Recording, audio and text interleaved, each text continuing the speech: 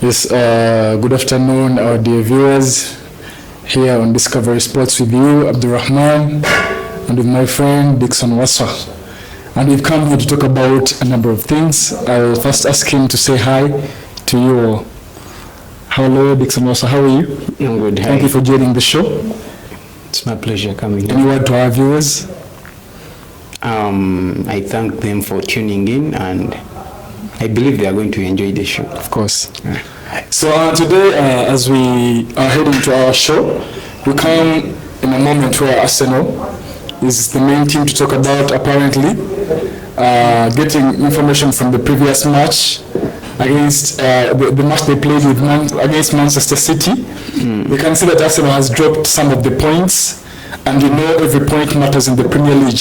Yeah. So that is an implication to mean every time you play a game, and every time you come and play a game, the more draws you make as a team, they can affect you in one way or another. So we come from a match where Mancity and Arsenal ended in a 2-2 results draw. So it was one of the most enticing matches to ever watch.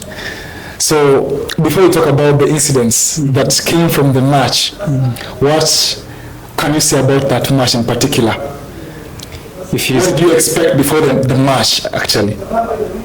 I expected like a different match from what happened last season, where Arsenal just went and sat back. And if you say it was an enticing game, I think he was talking as a neutral. Because for the Arsenal fans, it was one of the most hardest matches to watch. Sure. It was like real, like the pressure and everything around it.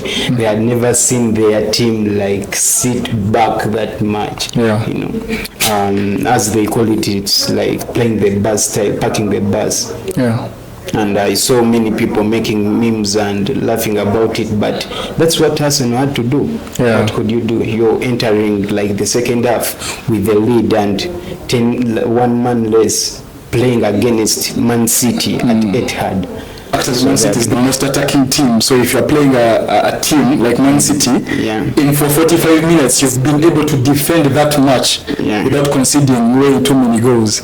I think that is underpraised. So secondly, we can see from that match, many fans out there complained a lot. They say that the referees are officiating games against Arsenal. They say the red card was undeserving. They say Leandro Trossard did not deserve the red card. What do you think about that? From your perception, what do you think about it? It was a difficult call when you ask me directly. Because I, for one, I agree with the referee, and I think the red card was deserving. Because from what I saw, if you are a professional footballer, if you come to play for Arsenal, a team like Arsenal, I expect professionalism from you. If you look at Trossard, he's a very, very good player because he's been to many big matches. Yeah. He's been coached by the right people. And if you come into that match and you behave in a way like you've forgotten you already been booked with a yellow card, I think he would have done better. But what's the perception? I've been like listening and watching, reading some of the stuffs. The Premier League officials have been talking about this season, that they have been clear with the players. Anyone who does waste time will be penalized, and I think that's what happened like with Trossard. But still, this is the same referee. You know, the Arsenal fans are talking about consistency. Yes, they brought up Doku's incident where he did something similar to that. He wasn't booked. But still, the point is, this same referee last season decided he did not book Kovacic. What Kovacic done? Kovacic actually made a career-ending tackle, I would say. Yeah, it was a very bad tackle. He decided not to book Kovacic at that time, giving a reason that he used his common sense. He didn't want to ruin the match. Of like, you know, he was claiming it like that match had the magnitude of the match was a bit up, so he wouldn't ruin it with the red card. This is the same match same referee giving a red card to a guy who was just, we could say, like, okay, yes, he wasted time, but this is not something that's brutal as Kovacic's incident. So if you don't give Kovacic a red card saying you don't want to win the match, why give Trossard a red card who has done something that's not as harmful as Kovacic? Okay. So why give this guy a red card? I think the referee looked at, if I compare the distance in which Doku was from the referee and the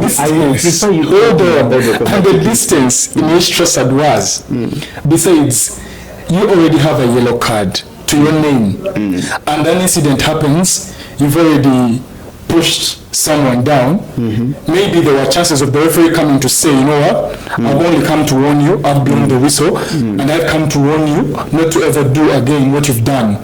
But then he decides to kick the ball, and for sure, kicking the ball away is one of those things these days referees penalize players for, because when I looked at the Nottingham Forest match, Hudson Odoi did the same. It was even a slight kicking of the ball, but then he was booked for that. So if you come in a big game, I for one think that Leandro Trossard did that because he was nowhere to be seen throughout the entire match. It was I know he was there, but he did not play like the Leandro Trossard who comes from the substitution. We were playing Mancity at Etihad. Because the Trossard I see is the one who comes from the substitution and is going to provide much impact to the team. Okay. Yeah. So talk about that. Talking about Trossard's impact on the game? Yeah. Did you think that he behaved in that manner? Because because there was no need of him looking. First of all, like, I don't think there was any need of him looking. We were heading towards the end of the first half. Sure. When added minutes, and Trossard claims he didn't hear the whistle. Okay. Because he kind of simultaneously kicked the ball like a second after the referee blow the whistle, and he claims he was passing it to Martinelli because this ball didn't go out of the pitch. If you did see that, it was still in the pitch, and he was passing it wide to Martinelli. What could the referee have done if he was sense, just like he did at the Kovacic incident? Let me tell you this. I was going through the Premier League, referees laws. Law 18 permits the referee to use common sense while officiating.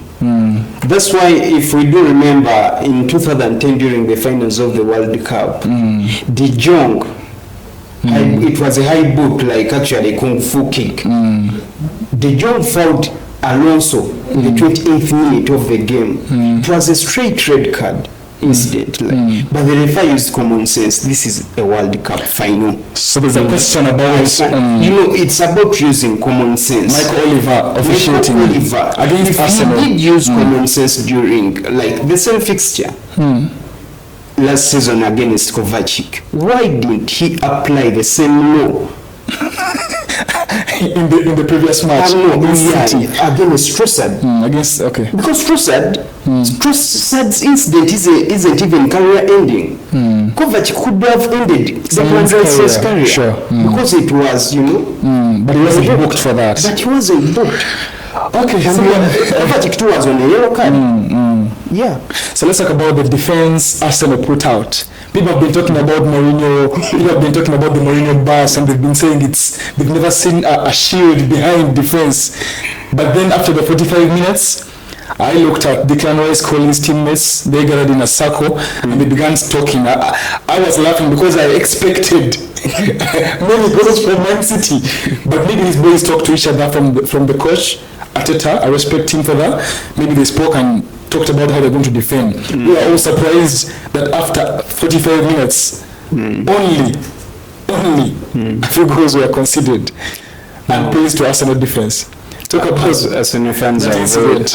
Some of the Arsenal fans have always been complaining about Arteta spending more on the defense because ever since he took over, he has spent most of his budget on the defense. Goalkeepers defense. Sure. And I think yesterday it was like a testimony. It was showing them like, look what I've been saying. When I started observing Arsenal playing this thing, I think it was last season. It was the end of last season when he had many matches, Champions League, Premier League, Champions League, Premier League. Arsenal decided to start its tactic of scoring early, then park the bus. That's why they were winning with 2-0, 1-0, 3-0.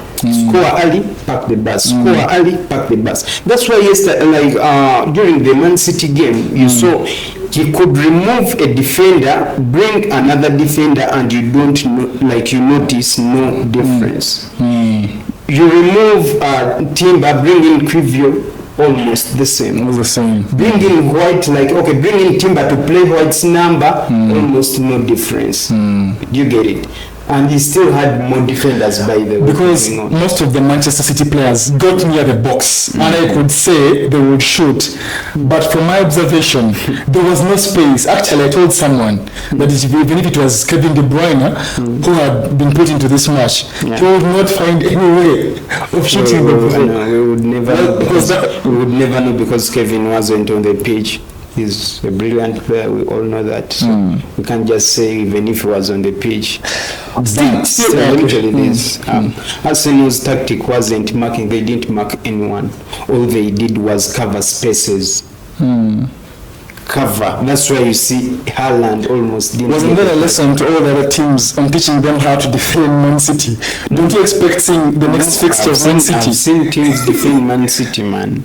I've seen the Premier League? Yeah, I've seen Man United defending City and still winning a game. Don't talk about the match, the final. No, I'm not talking about the Carabao where like Guardiola arrested players. I'm talking about the Ghana social days where you could come pack the bus and win matches.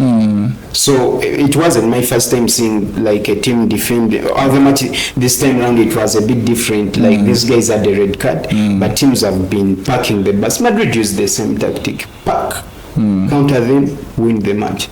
So it wasn't my first time seeing, and I wasn't surprised. I told guys, even if it was Pep coaching Arsenal, he would do the same. He would do the same because you're leading the best team in the world. The match is 2-1. It's 2-1. You're entering the second half with a man less. What would you do?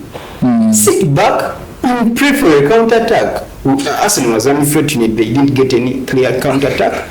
But at least they tried to defend. But I think Guardiola could not have defended the same way Arsenal did. I think Guardiola would still leave some other two players to go and look for goals. You can't leave two. You can't put two players. Because I would love to see Pep Guardiola defend that match. I will enjoy it. Pep usually plays that kind of football. Because Pep uses like that guy uses 5 central defenders. Sure. At times, you'll find Diaz on the pitch. Rivaldo is a central defender, by the other match he plays left back.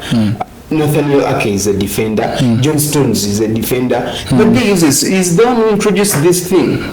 The reason why Arsenal uses like those 4 central defenders at the back, the tactic, it's Guardiola introduced it. Okay, still about the match, there's confirmation about the Rodri situation. Right. Could you think that because when the match had just sparked off, when it just started to be played, we looked at Havertz make a slight offense to Rodri, and Rodri fell down. And since he fell down, he was not impactful on the pitch until he got injured in minutes after. I wouldn't say Havertz incident led to Rodri's ACL. Because some fans said it was maybe planned from the coach himself. Maybe their target was in one way or another. At times to make Rodri sit. At times Havertz plays dirty.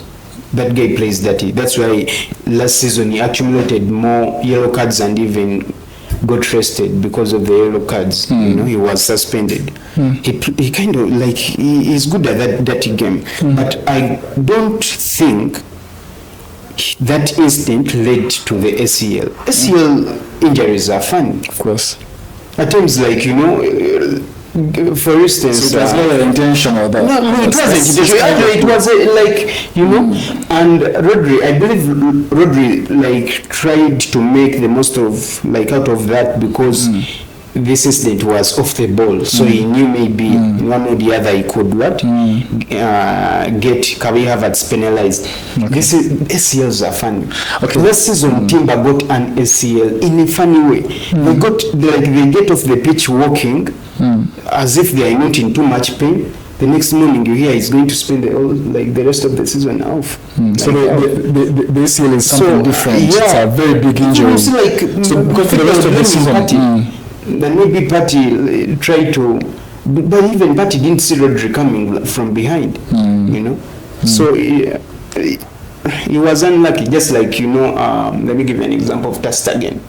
Tastagen also, I think, got an ACL. They haven't confirmed that it's close to that. So still about the match, we looked at an incident where the match was still 2-1 with Arsenal in the lead, and where Pep Guardiola entered John Stones into the match, and he's the goal scorer. He was the mastermind of the game.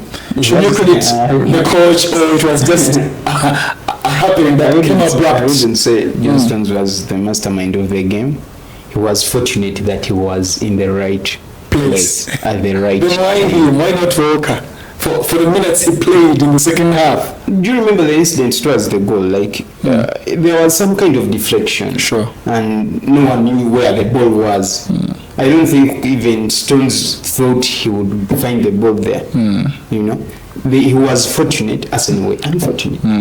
So, actually, it was from yesterday's match that if you come and dribble like through the guys who would say Evan Guardiola, okay, but he was just fortunate that the ball was behind his score. Then from the very match, you know, there's a lot to talk about this match, because from the very match we looked at the discipline that came along with Erling Haaland, the indiscipline, I think I would call, because when Gabriel, I think they have a beef with him, because from the header, let's talk about the header first. There's something about Arsenal, it's scoring most of its goals from set pieces. When Saka gets a corner kick, you might think it's a penalty kick being short. The pressure that is going to disturb many teams now, I can tell it's going to be much, because every time Saka takes this corner, this pressure that Gabriel is going to score. When I looked at that goal, Doku had come to mark Gabriel Magalhaes. But then Walker told him, leave this guy for me, I can handle him.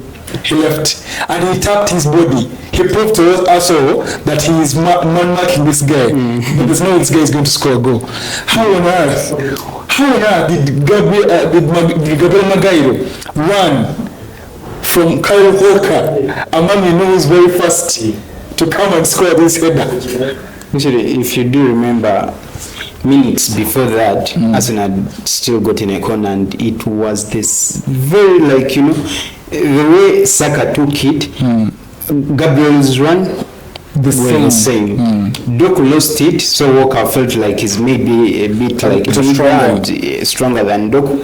He decided to take on and still made the same the same mistake Doku did.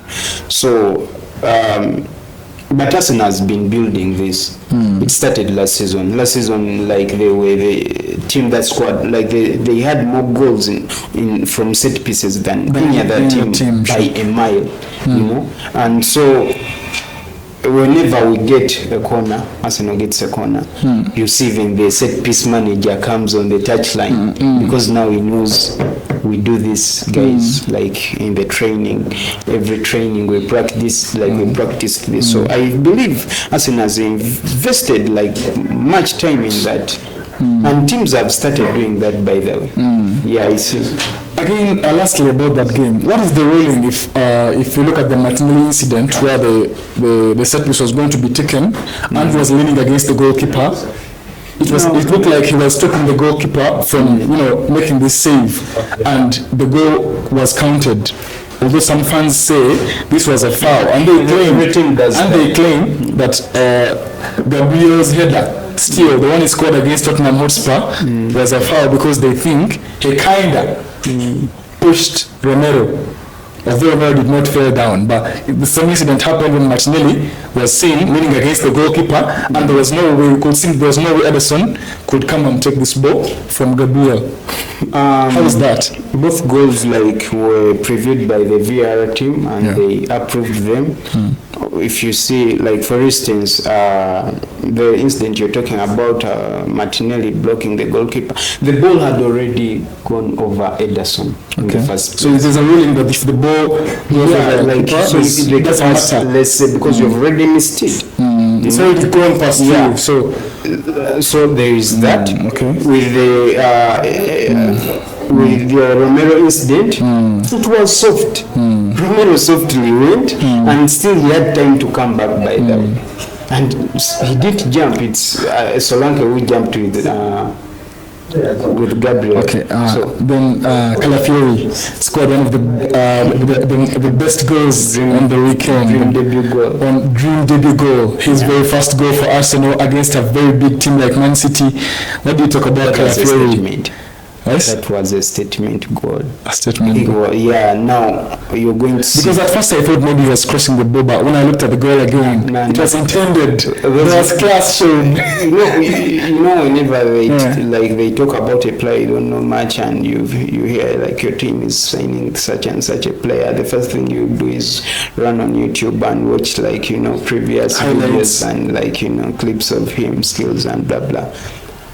One of the most clips that trended was Calafiori's goal against Roma, and it's identical, exactly like this one that is so I think he has a technique. He used this, he has a good technique. He's good. And I'm telling you this, he made a statement, and fans are going to start calling on Arteta to use him. We want that guy in the pitch because he's strong and he's good going in front. Okay, as we're winding up, let's talk about a few teams like Chelsea that have come out big with the new coach, the new gaffer, still proving to many people that I'm the right person. I'm the person to make Chelsea play in the right way it used to play even years before. So we looked at a Chelsea that beat West Ham. Scoring goals. We looked at Nicholas Jackson, a man who's been laughed at on many occasions. Is Maresca the right person for Chelsea? Is he the reason as to why they're performing this way? No. Or it's just the boys having the right time? It's a bit early to judge Maresca. It's a bit early.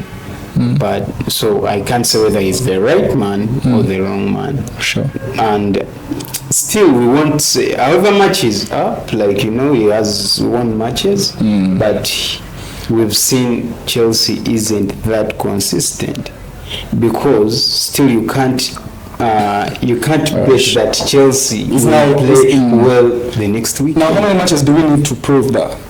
I think it takes a while. It can even take a season. A season? Yeah, to prove this guy is good for the job. I think a season is too long. No. It's we will judge him, I think, from the first leg. First leg. If he performs great in the first leg, I think we will have the right to say. Chelsea isn't these other teams, unless things have changed under this new CEO or club owner. Chelsea doesn't give you much time. So I don't know, but at times it takes a season plus to prove this is the right man for the job. I'll give you an example of Arteta. Arteta struggled in his first seasons. He even finished 8th in his second full season. The only thing that bought Arteta time was the FA Cup he won. So it bought him time, guys, he could show the owners, I won a trophy, give me time. I'm trying to put so Maresca still needs to win something for Chelsea. He has a good squad. People would say he has the best squad. He has the best attack. He has the youngest team. He has Cole Palmer. He has Jadon Sancho. He has a good striker, however much some people doubt him, Nicholas Jackson. So just give him time. Yes, they made West Ham look like Leeds. I don't know why West Ham. Yet they were at their home, London Stadium. Okay, finally today, in the last minutes we are winding, we're going to talk about the matches today that are going to play from the EFL. And I see Chelsea is taking on Barrow, Mancity taking on Watford, Leicester City, Wycombe, Aston Villa. What is your take about these matches, actually, from this trophy? Are they worth it, or we should wait for the next stages? Ten Hag said is after Pep is the next, is the most successful manager in England because he has been winning such trophies. So you can't rule them out as important ones. They've bought him sometime at United. So Chelsea is playing Barrow. Barrow plays in the League 2, so that means they are way down there. Chelsea will have to rest some players and play the likes of Modric. Okay. So I'd say they are going to go through. However much they think they struggled against a certain team in the Conference League. Was it Soviet? There was a funny name. Soviet. I don't think they will struggle against Barrow. Unless it will be a big surprise. Okay, thank you for watching, guys. It's Abdurrahman here. I've been with Dixon Osa, and wait for the next episode. You will still have us. Yeah, bro.